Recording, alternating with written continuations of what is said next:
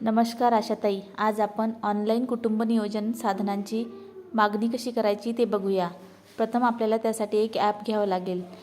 Play स्टोअरवर जायचं, तिथे FPLMIS search करायचं आणि एक नंबरला जे येलो आणि रेड कलरमध्ये ट्रँगलचं ॲप येते ते इन्स्टॉल करून घ्यायचं।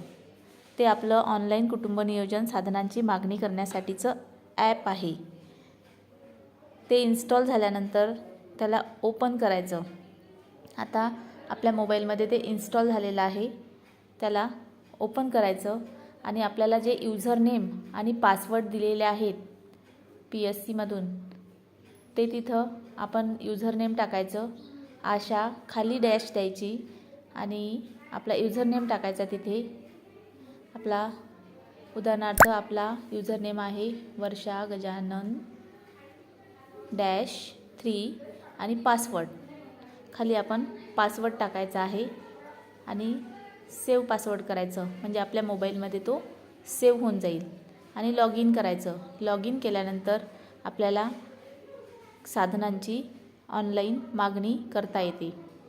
त्यासाठी इंडेनवर क्लिक करायचं। इंडेन म्हणजे मागणी करणे। तर राईज इंडेनवर क्लिक केल्यानंतर गोवर क्लिक करायचं।